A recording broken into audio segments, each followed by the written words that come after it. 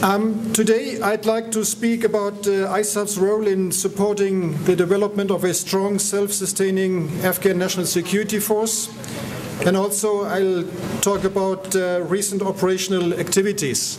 And after that I'll hand it over to Dominic Medley from the SCR's office. And afterwards, of course, you've got ample opportunity to ask your questions. First, on the ANSF. The sustained growth of Afghan security forces is impressive. Both the Afghan National Army and the Afghan National Police met their 2010 manning objectives. Today, the Army has over 139,000 soldiers, while the police force has over 117,000 officers. And by the way, today I brought a map indicating just the ANP training sites here in Afghanistan, because I thought this might be something new to you, and maybe you have never seen it. So have a look, and in case there are questions, please don't hesitate asking your questions. By the end of the year 2010, new ISAF estimates suggest that ANSF forces will reach 256,000 officers and soldiers. The Afghan Air Force also made significant progress. During the past year, the Afghan Air Force went from 2,800 airmen to a projected 3,940. The number of aircraft is also estimated to increase from 42 to 60. In addition, the Afghan Air Force established an airborne medical evacuation program, providing specialized emergency medical care to remote areas. Commando cadets are now more than 6,000 strong. Afghan soldiers comprising 9 commando cadets have graduated from the elite training course here in Kabul. Commando cadets are positioned throughout the theater and providing the government and the Ministry of Defense with a persistent, enhanced capability to conduct counterinsurgency operations. And finally, as Afghan police and army units reach full operational capacity, coalition and Afghan forces form into a single, cohesive team in a process we call embedded partnering. Coalition forces provide doctrinal and technical expertise, while Afghan forces provide cultural knowledge and superior local awareness.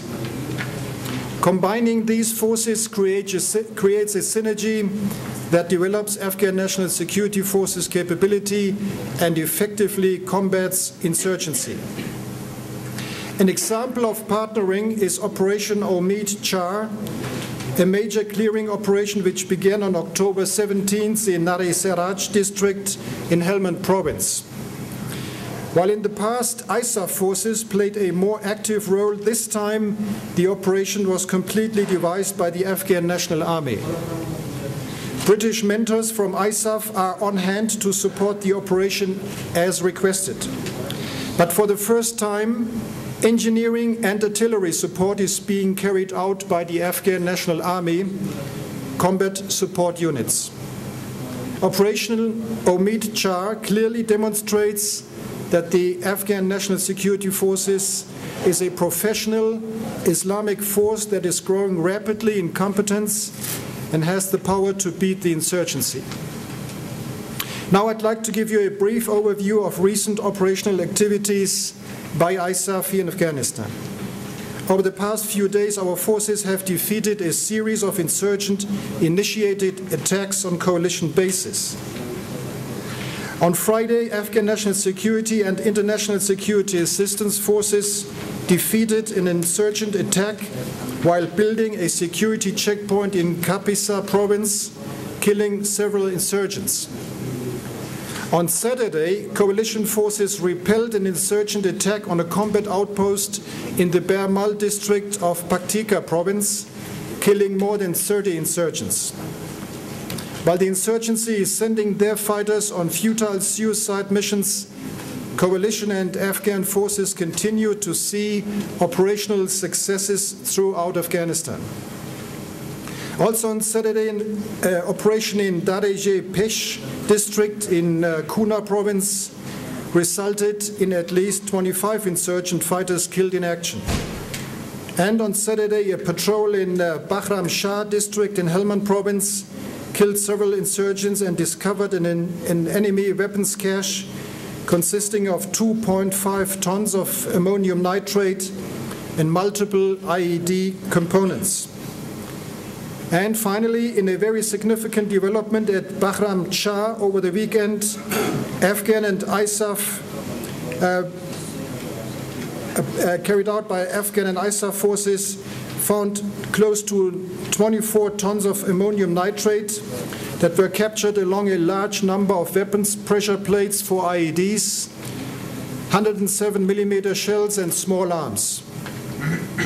19 insurgents were killed by ANSF and ISAF forces as part of the operation, reducing the capability of a logistics, narcotics and financial center of gravity for the insurgents, and also reducing the insurgents' capability for a spring offensive.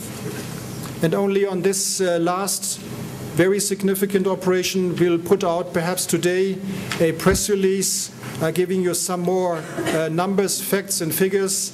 And also we provided a stack of slides that give you the opportunity to actually see pictures and photos from this operation just 2 days ago. Thank you very much. I'll stop it here and hand over to Dominic Medley.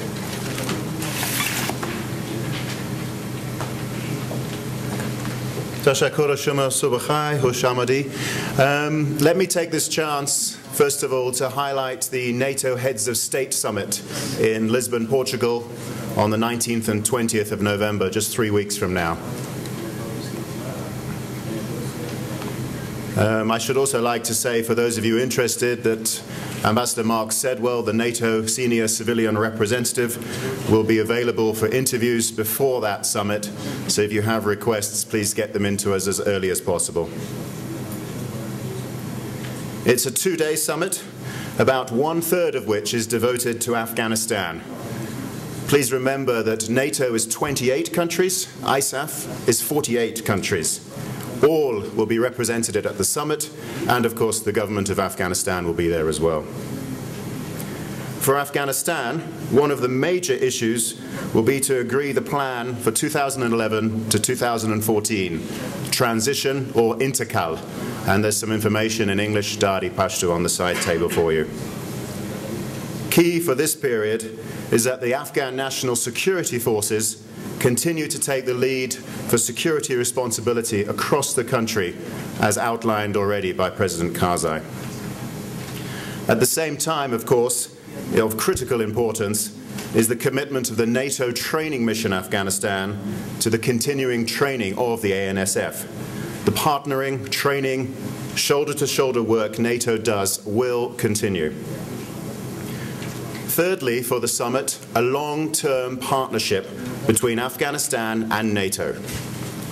Please be in no doubt of NATO's commitment to Afghanistan, its people, and the government. NATO believes real progress is beginning to show here in Afghanistan. The initiative against the insurgency is showing. There are still hard days and work ahead in the months and days ahead, but as Afghan forces build up, they'll be able to take on more of the work, and NATO will continue to support them. In relation to this, let me also share with you a section from a speech the NATO Secretary General gave in Denmark just last week. And this fits very much into the current discussions about reconciliation and talks. Mr. Rasmussen said, "As many of you know, the Afghan government is trying hard to engage with those Taliban who are willing to stop fighting. My position and the position of all the allies is very clear. We will never support any political deal that sacrifices the rights that Afghan women now have enshrined in the Constitution, which is why it is a good sign that there are a number of women on the Council set up to manage the reconciliation process. In a country as deeply conservative as Afghanistan, that is real progress." That was from the NATO Secretary General in a speech in Copenhagen last week. And finally, just for those of you who are techies, the NATO website relaunched last week, www.nato.int, should be able to keep you up to date as well for you internet whiz kids.